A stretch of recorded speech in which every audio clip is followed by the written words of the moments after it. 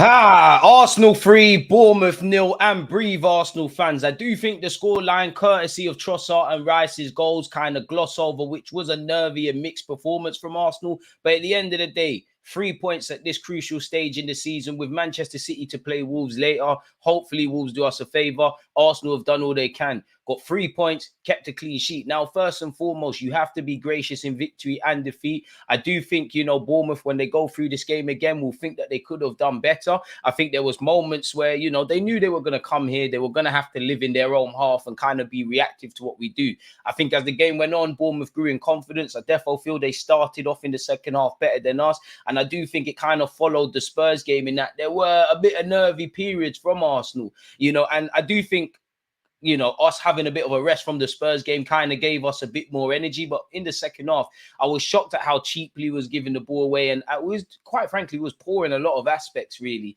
First half, we started off very well, I believe. Odegaard had some great moments. Tomiyasu, I felt, started well. Generally, the team did all right. It's just in the final third, we're lacking that cutting edge. If I'm brutally honest, we was lacking that real cutting edge to really go ahead and really run away with it. We should have scored 4, 5, 6 goals in the first half through nothing, no fault of Bournemouth. I think sometimes they were giving the ball away. Declan Rice did score, but he should have had a goal in the first half. Maybe Thomas Partey could have done better. Saliba had an effort, which I think, it was a good save. There was an effort where the Bournemouth keeper spilled it, and it just made me feel we need a striker, because a striker natural instincts would be to get on the end of it. And there was a couple of other opportunities we could have done well. Generally, we was doing all right.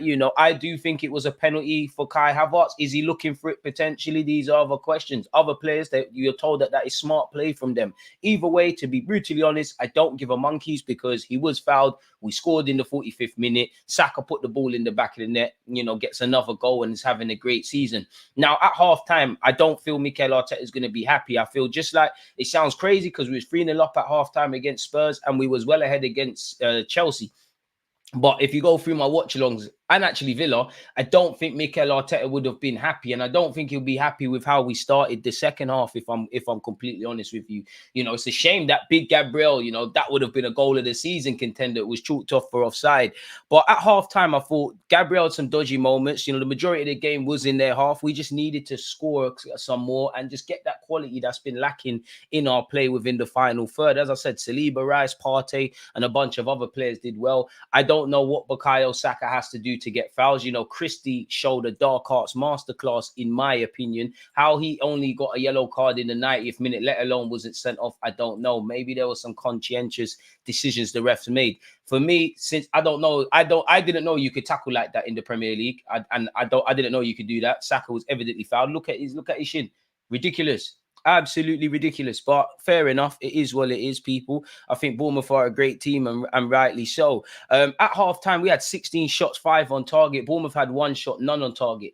That should have been reflected in the scoreline, because there's still a bit of hope and optimism within the Bournemouth fan base or collective coaching staff and players at 1-0, because they're doing quite well. And Arsenal only scored as a result of a penalty, so there's somewhat in it, really. We need to kill that hope. I did think in the second half it was a lot more even and open. I was kind of asking the question on my live stream, should we bring on Jorginho? It looked like we was losing a lot of control, and simply put, we was gifting the ball away cheaply. And you could see Bournemouth were growing in confidence. You were seeing them more in the final third. I think Semenyo on the right-hand side came to the fore a bit better. One of their substitutes absolutely twisted up Martinelli. Solanke all game, even when there was periods where we had the majority of the ball, I think he was, winning some smart fouls and having some good bits of play. Cliver as well. And I did feel in the second half, they were probably getting in behind our defense far too easily, especially on Benjamin White's side. Obviously, Benjamin White's played that long, hopeful ball to Saka. Saka's had a bit of brilliance. There is a touch of fortune for how it's landed to Rice.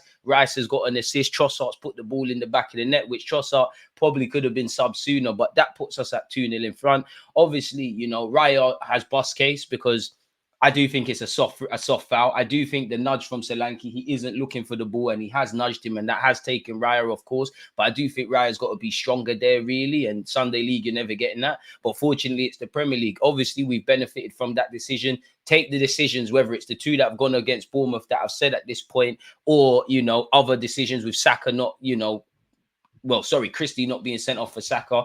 Take that up with the referees. I'm happy that we've controlled the variables that we can control. So, Yeah, generally it wasn't an amazing performance, and I wouldn't say exactly it was poor. There were aspects we could have did better.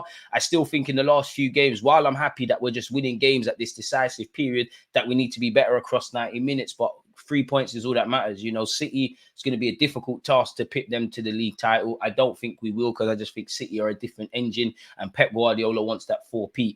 But we put the pressure on them to a degree. They know what they need to do against Wolves. At the time of making this video, hopefully Wolves can do us a favour. We've controlled what we can control. It's a great bank holiday weekend for Arsenal Football Club. Nice to see Saka and Rice adding to their statistics. I think Odegaard went a bit quiet as the game went on, but I think Odegaard had a decent game in certain patches. I think William Saliba did very well. I think Gabriel is one of our player of the season candidates. So he was due a bad game. You can count on one hand, if any. But I think Gabriel was a bit off it today.